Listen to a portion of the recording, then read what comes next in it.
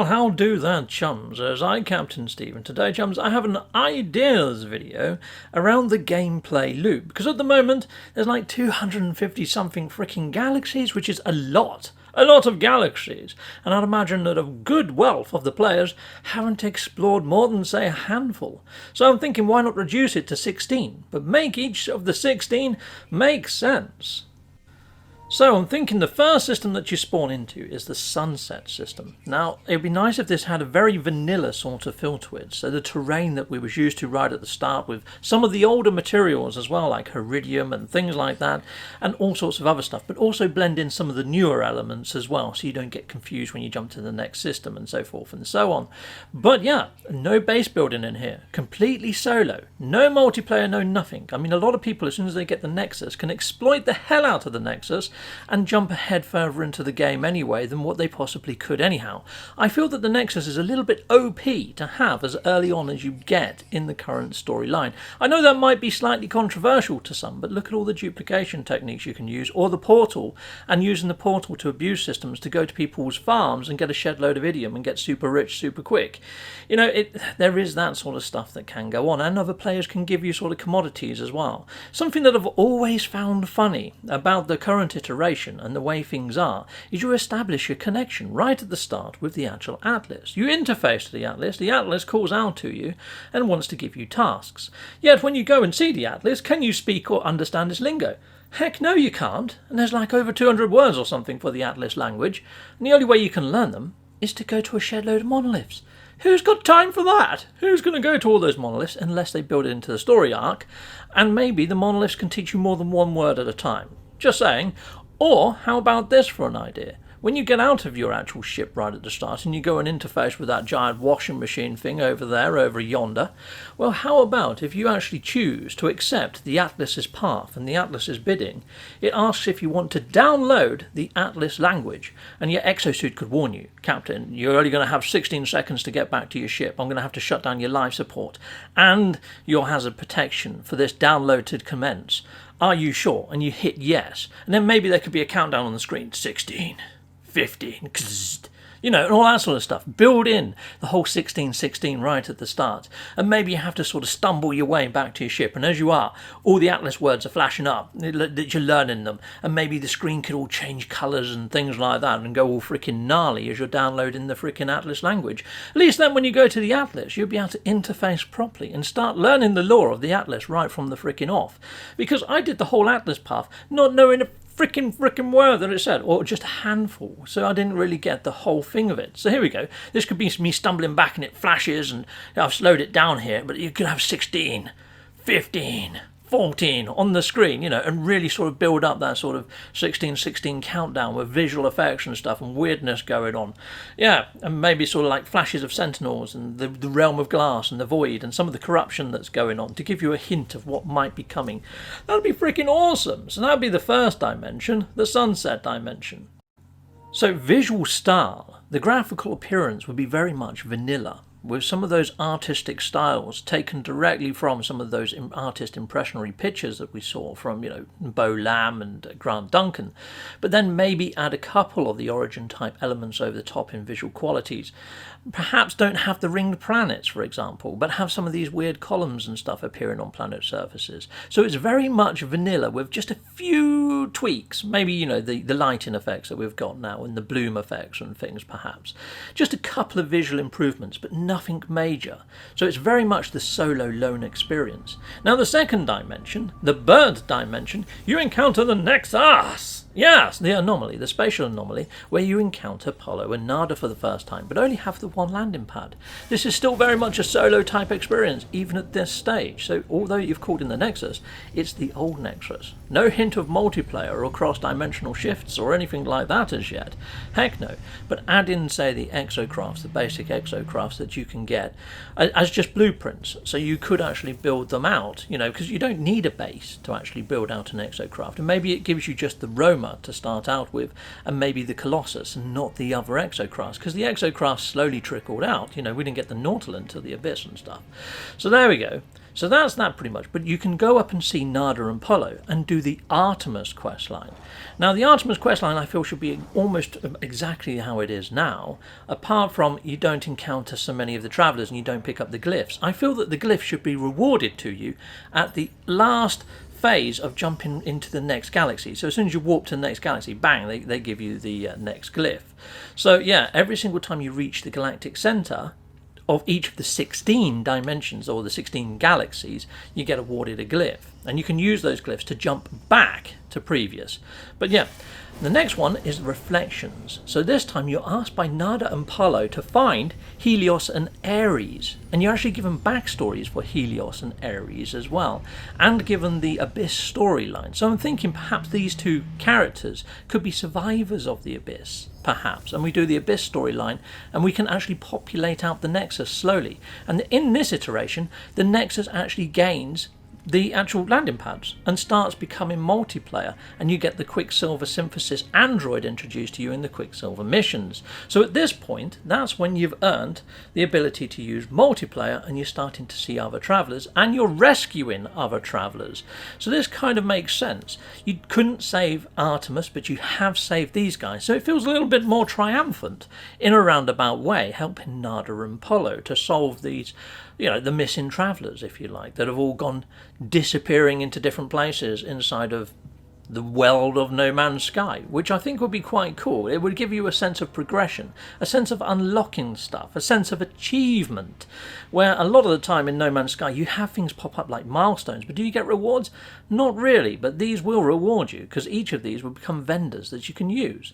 Next up, the Diplo dimension. So this time you're asked to find Kronos, and you're introduced to food and cookery and Quicksilver quests that give better items for cooking, and also given the egg synchronizer and told about pets. So it moves from being a solo experience to having multiplayer to having pets, and it's a gradual build on the fact that you're not alone, and you have got Nada and Polo as friends, and now you're bringing in these type of guys to the iteration. Now Kronos' questline could be something completely new, something that we haven't seen before, but tied very closely into cooking and why cooking is a bigger element, and maybe bring in a few extra perks for cooking and eating cooked products, and add in some larger faunas that you can actually kill to get decent cooking products that maybe might do something to enhance your physical abilities. I don't know, but it'd be nice to see a larger fauna in the Diplo sort of galaxy, mainly because it's got a Diplo as an icon. So maybe add in some of those E3 type Diplos, add in some crazy ass fauna that we haven't seen before, make the ocean slightly deeper, make predatory creatures a little bit more aggressive inside of the Diplo dimension as well. Hopefully by this time you've got a few modules in your exosuit and you're a little bit more OP than the actual galaxy demands when encountering these fauna. Okay, so the Eclipse dimension, Nada and Polo ask you to find Gemini and Hesperus, and they give you bounty hunting missions that spread across planet surfaces and in space. And they also ask you to look into spatial anomalies by giving you anomaly beacon detectors. You can also go and see Helios, who will give you one of the derelict freighter sort of detectors. So there's a lot of sort of anomaly sort of investigation going on here, and hunting down and treating scallywags as scallywags and giving them a good telling off. Give them a good killing, to be fair. I mean, behind Gemini and Hesperus are bounty hunting boards. So why the fudge not? It makes frickin' logical sense. It's been staring us in the face, chums. Heck yes, it has. So perhaps Gemini could ask you to look into sort of spatial anomalies and track sort of weirdness in space and sell you the anomaly detection beacons and ask for certain anomalies to be found and tracked and catalogued. And maybe you can catalog them. There could be a new tab for spatial anomalies. That would be frickin' awesome. And then, yeah, Hesperus would give you missions where you actually get NPC sort of sentinelized type ships to accompany you in formation as wingmen. That'd be freaking awesome. Or even have Hesperus join you or something, and his little visage appears on the dashboard as a hologram. That'd be freaking sweet as. And yes, you can go along and you can actually interact in freighter battles, choose to save the freighter or attack the freighter. Perhaps Hesperus wants some commodities from a freighter for doing some of his gnarly experiments that we know that he loves to do from the weekend missions. So yeah, there could be raid raid freighters, or protect freighters. It could be either or even assist in protecting a spatial anomaly. You know, like the Child of Helios or something, like one of those big, giant space sort of jellyfish. Maybe we can go protect that. Maybe there's pirates trying to kill it to get some commodities from a space whale or something, and we have to go and protect that large space fauna. I mean, in the Diplo system, I mentioned about adding in the larger fauna, so they'd already be there in space and on planet surfaces, and you go protect them from poachers, because there are some freighter away missions that mention poachers. How cool would that be? And it looks like the mechanics were explored in those trailers.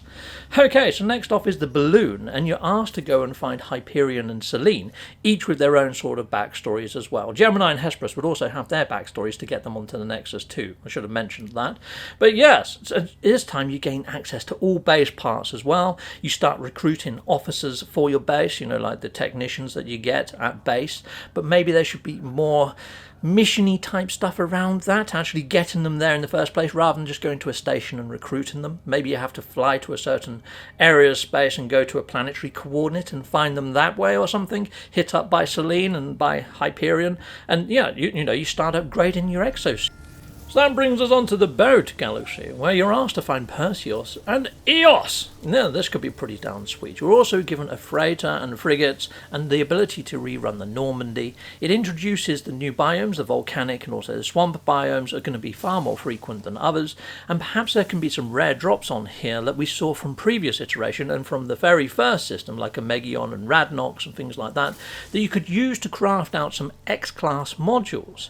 So you can already run the derelict, so hopefully you've got a load of bulkheads and things like that from previous dimension that you probably have been storing up for your actual freighter. I mean, although you get given a freighter in this one, you could also rescue one in previous dimensions, so you might have a pretty crud freighter at that stage. But yeah, either or. Anyhow, you come up here, you unlock Eos and Perseus after running their backstory missions to get them into the Nexus, and like I said, picking up rare materials, perhaps you can come to these guys and craft out X-class modules, not just with these guys, but with also Selene, and also Hyperion for your ship, for your exosuit, for your exocrafts even. Yeah, so I'm thinking X-class modules, rather than be the stuff that you can buy in the station, but with different stats. Make them awesome, different, weird modules, like maybe sound weapons and things, or ricocheted grenades and all sorts of sticky grenades and things like that, or even lock-on rockets for your ship and stuff, or sidewinding missiles, or even ones that have like light trails that come off of them, or when they explode, the cluster bombs come out, or proximity mines and all sorts of other stuff. So really rare weapons from your X-class modules to really customize up your character and things. I think that could work a freaking treat. And it's the same with your frigate missions. When they come back, maybe some of those materials that you gained from planetary exploration through frigates, you can use into those modules as well to enhance maybe your hazard protection in ways not dreamed of before. And the Beetle dimension, this time you're asked to go and find Tethys, yes, the guild one, heck yes, and you go on the Starbirth mission to get your own living ship. But Tethys will give you missions to run to get modules for your living ship. Now, you can't get X-class modules for your living ship, so perhaps he can give you some sort of organic modules or missions to run in your actual living ship to get some really alien weaponry. Imagine firing some bullets from this. They're like little boogers, and they stick onto your enemy's hull and slowly eat their shield. I mean, this would then make the alien ship feel more alien, you know what I mean? The Dragonfly dimension, this time you go asked to go and find Mercury. Now, in this system, Mercury is a messenger, basically, so each of the knowledge stones are going to give you 5 words in this system, so it's a good area of space to learn lingo, heck yes, and the planets here are more likely to be lush and exotic, with airborne flying fauna. So if you haven't managed to recruit a decent airborne flying fauna as a pet, this would be a great galaxy for that. I mean, we've already had a galaxy that's got deeper oceans with larger predatory fauna and stuff, but there isn't one mainly for the flying fauna. So this dimension, I'm thinking a lot more airborne flying fauna planets with the beetles, the winged dragonflies with the long tails and things like that, the farting fish creatures, you know, and really go to town on airborne flying fauna for this system. I feel that could work really quite nicely. And learning the lingo, heck yes, learning the language quicker, because that's slow as. Black hole! Next up, you find Ariadne. Now, you asked by Ariadne to go chart the black holes and give endpoints and things like that, but also you're going to get a load of antimatter or dark matter substances, again for making X-class modules and really going to town to pushing them up another level. Perhaps the X-class could have their own rating systems, like ranking, almost like C-class, B-class, A-class, S-class, and this is where you can really sort of fine-tune them to how you want them to be and make them a little bit more OP for things to come. And also going into the black holes, I'm thinking maybe there could be a random encounter in the black hole as you go through, that you encounter the big dark freighter. Make it a bit random how it actually appears. Maybe Ariadne gives you something to actually call the dark freighter in, where she went on the weekend missions, and it's like a derelict freighter raid, but it's got bosses in there and actual hard ass enemies in there, like corrupted travellers and all sorts of weirdness that have drunk the water and stuff that makes sense to the weekend missions, and a bit more combat going on in there. And again, maybe you can unlock an awesome alien multi-tool in there, like a living multi-tool. That'd be freaking sweet. So yeah, going through black holes, I feel at the other end of a black hole maybe you should have an encounter like a large space fauna, or something mid-flight through the black hole like the dark freighter as a surprise encounter, because at the moment you just break your tech when you go through them. Vauxhall. The Vauxhall system has no set biomes, a little bit like vanilla, but with the art style of Origins mixed with terrain from both, and Nala and Palo send you to the old E3 planets for missions to get photographs and build memories. Heck yes, that'd be freaking excellent. It really would. So Orion V, Solif Prime, Orbuk, Dugafil, all of those old planets. And maybe it could stir up memories within Nada and Polo, and they can send you out on other sort of missions, almost like they're skipping through time in the anomaly. I mean, I believe in one of the weekend missions it said that the anomaly sits outside of space and time. So it kind of works with the lore that we've seen from the weekend missions. And I'm thinking this dimension gives you far more puzzles to solve on planet surfaces that unlock stuff that Polo and Nada have found. Ancient relic ships and things like that look completely different to any of the ships that we've currently got in game or something. That'd be pretty cool. And this is where you find experimental multi-tools more often than not. So the previous dimension with the black hole charting and stuff, you come across alien multi-tools, and in this one you come across experimental multi-tools. I think that could work a freaking treat, heck yes. And to go and visit Orion V. Oh my days. I think I might just pee my pants. It'd be freaking awesome to go to these planets and just take some pictures of there to say, it does exist. Yeah, those pictures you've got on your website, Hello Games, that say this is the game that you're buying, will be true. It'd be freaking excellent. You know, freaking hooray, hurrah. No one can actually complain again that we don't have these planets in iteration. I mean, they're sitting in a folder marked as E3 build. Wake them up. Chuck them in as a seeded planet inside of this actual universe that, you know, is what it is. It'd be freaking ace to go visit Solif Prime and go and see these wonderful Diplos that just aren't in game. It'd be awesome to see some of these scripted elements as well, with the rhinos smashing down trees and things like that. I just want to experience Orion V. That'd be freaking awesome. And the other planets that were showcased. So yeah, I'm thinking, and this could be another sort of dimension that we go and visit, say in an expedition, where Hello Games can just stick in scripted planets and make some amazing things. If they want to showcase something that they're hoping to bring to other areas of the game, this could be their testing bed. This universe right here could be their test bed for anything that they want to put into the universe, that they're a little bit, shall we do that, shall we not? I mean, they could also limit base building to just certain areas of space. So they haven't got to worry about level of detail draw or anything here in this universe. It could be just set aside for them to do their testing, to do their thing, and then slowly bring it into other iterations, if possible. Yeah, their own universe, Hello Games' universe, pretty much. Okay, so the Diplo dimension had larger fauna. The whale dimension is going to take that to another freaking level. Helios is going to give you a mission around his child, you know, the child of Helios, the giant jellyfish and things like that. An addition to where it came from, its origin points and things like that, which would be pretty darn freaking sweet. This I would like to see more water planets with far deeper oceans, with even bigger fauna. I'm talking child of Helios type size, you know, like much bigger than your ship, which would be freaking awesome. There's a line where Polo mentions about how planets don't look the way that they looked before, and now these new planets are starting to spawn in. Well, I'm thinking maybe do an Origins type additional update and maybe randomize the marsh planets, the swamp planets, and also the volcanic planets a bit more, because at the moment they're very copy and pasted. So maybe additional layers on top of what we've already got biome wise. guys.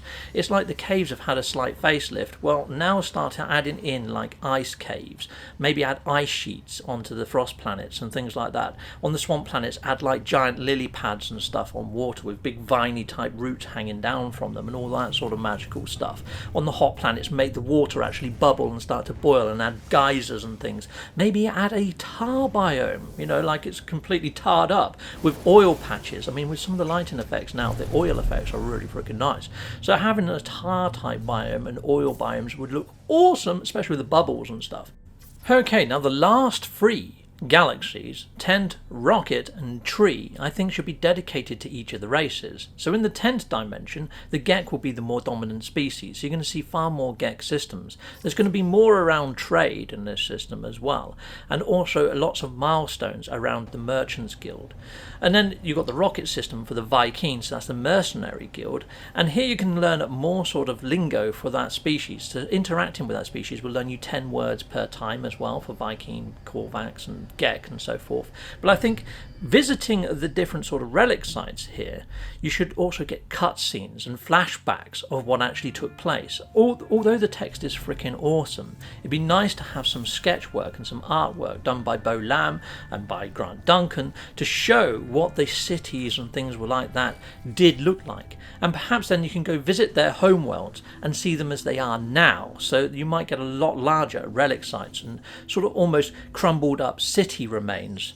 Not actual full-on cities, but relic cities and procedurally generated sort of settlements and things like that, perhaps, with a couple of NPCs maybe thrown in. But I think a lot of this sort of text is beautifully crafted, and to have a few lovely bits of artwork flash up, just for those that haven't really got that mindset or the third eye to imagine what's going on, it'd be cool for those to get some sort of visual representation. So yeah, I'm thinking a little bit more artistically styled to go there with the text, because at the moment I think a lot of people skip through the text, bang, bang, bang, to move on with the game, and don't really appreciate the full workings of the lore. And the lore is beautiful, and I really do want people to start taking it in and soaking in that each of these different races have so much more personality going on there, and a lot more oomph than what they probably think is just, oh yeah, that's a Viking, that's a Korvax. It's nice to know where they come from and who they are.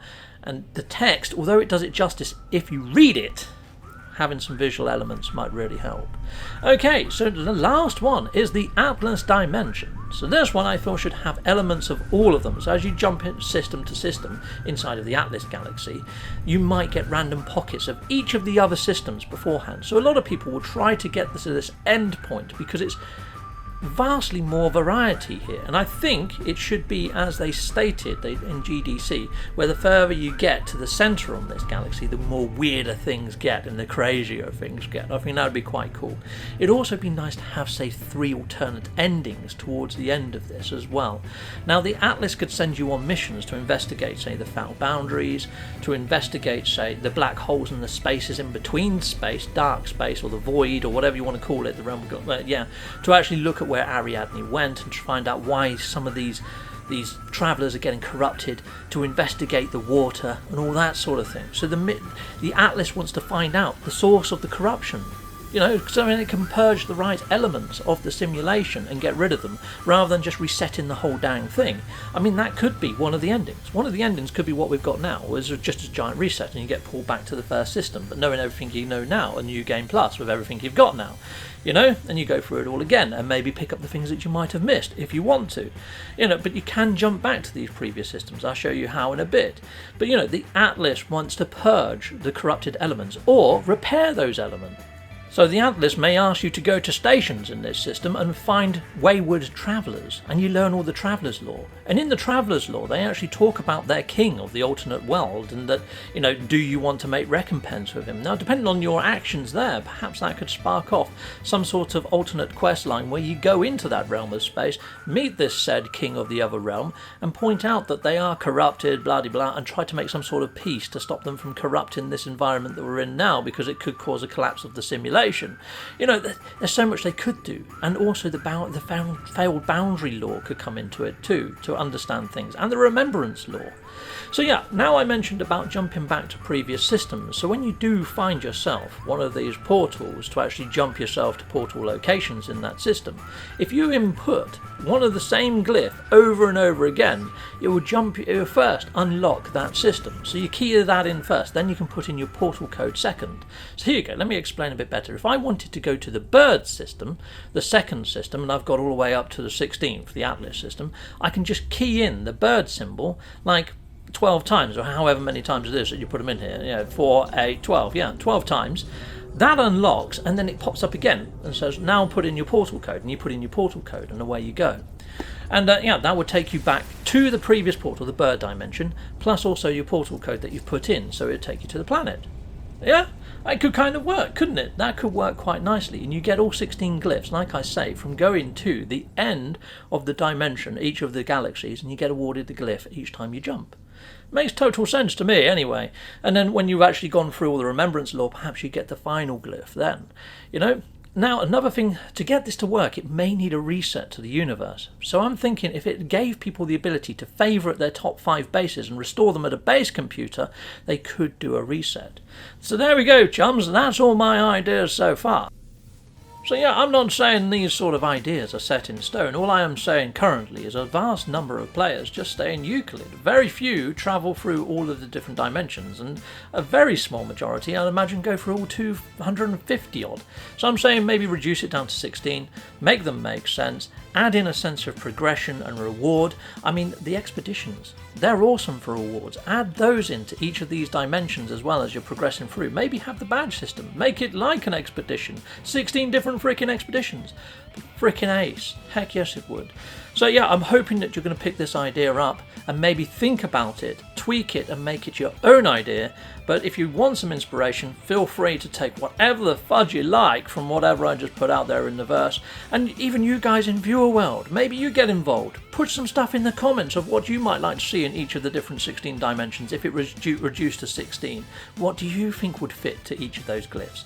I'd love to hear your thoughts. Stick them in the comments, and you've been freaking awesome, and I'll see you again soon. So take care everyone, goodbye, goodbye, and goodbye again. Well, thank you very much for watching. If you like what you see, please hit a like and a subscribe, and I'd like to say a massive great big thank you to all of my backers over on Patreon and over on YouTube membership. Thanking you, backers! And if you want to support this channel, just don't skip the adverts. That throws revenue down my avenue. Or yeah, just stay with Captain Steve that little bit longer and hit something on this screen. There's merch here now too.